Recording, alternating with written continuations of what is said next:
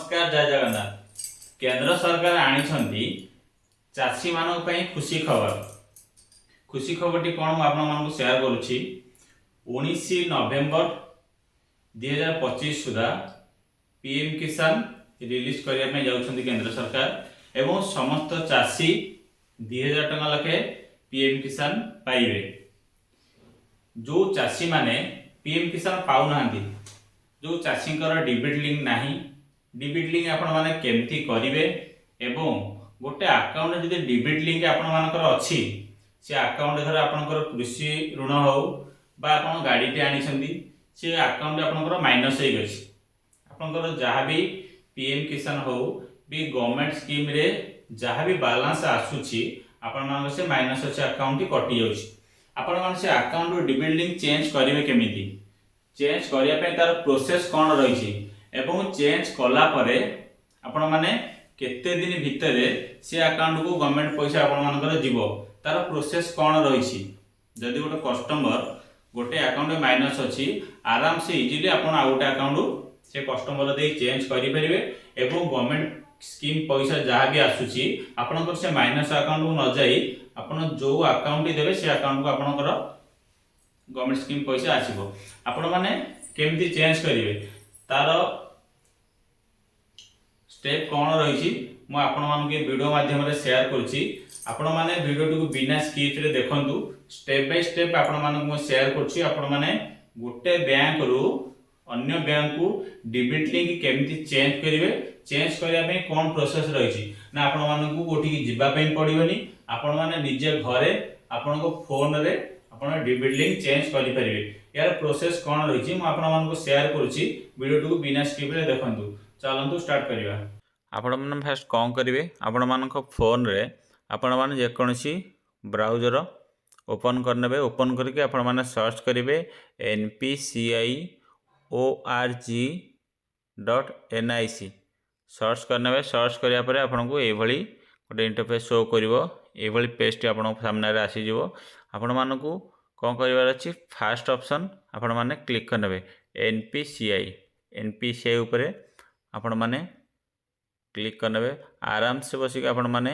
घरे आपण मानको फोन रे आधार सीडिंग चेंज करि परिबे एवं आधार सीडिंग की केउ अकाउंट रे अछि केउ अकाउंट बैलेंस अछि आपण माने बसिक आराम से चेक करि परिबे। आपण माने फास्ट कौन करिवे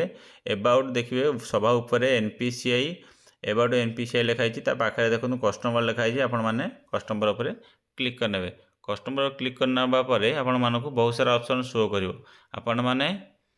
ये जो ऑप्शन अच्छी ऑप्शन भितर आपन को कोडा चूज करने पड़ो मुझे जन दूसरी भारत आधार सीडिंग इनेबल आपन तापरे क्लिक करने क्लिक करना पर आपण मान पाखे गोटे न्यू पेज ओपन हो ओपन हवा पर आपण मानक